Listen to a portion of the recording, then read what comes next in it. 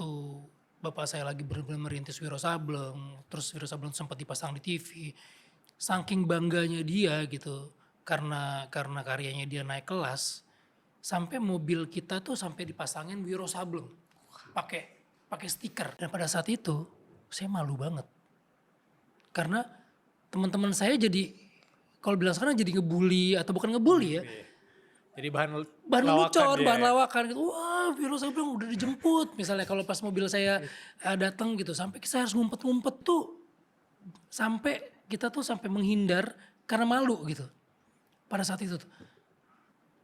Tapi begitu saya selesai dan masuk ke entertainment gitu, betapa banyaknya saya ketemu sama orang yang bangga banget dengan karya bapak saya itu gitu, yang terinspirasi, bahkan punya satu buku disewain di perpustakaan dia dan menghasilkan uang. Saya baru tahu sehebat dan sebesar itu karya beliau gitu. Dan buat saya ini anak yang gak tahu diri apa anak yang durhaka atau apa gitu ya. Kok dulu bisa segitunya gitu. Dan ketika ketika eh, eh, ini mau dibuat film, orang-orang yang di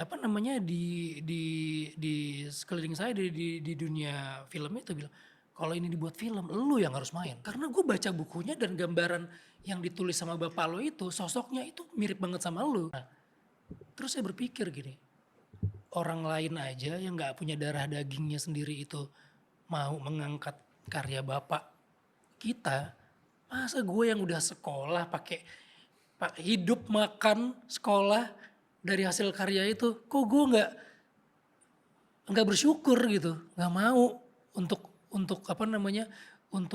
ikut berjuang bersama mereka mengangkat Wiro Sableng ini ke level yang lebih tinggi lagi gitu.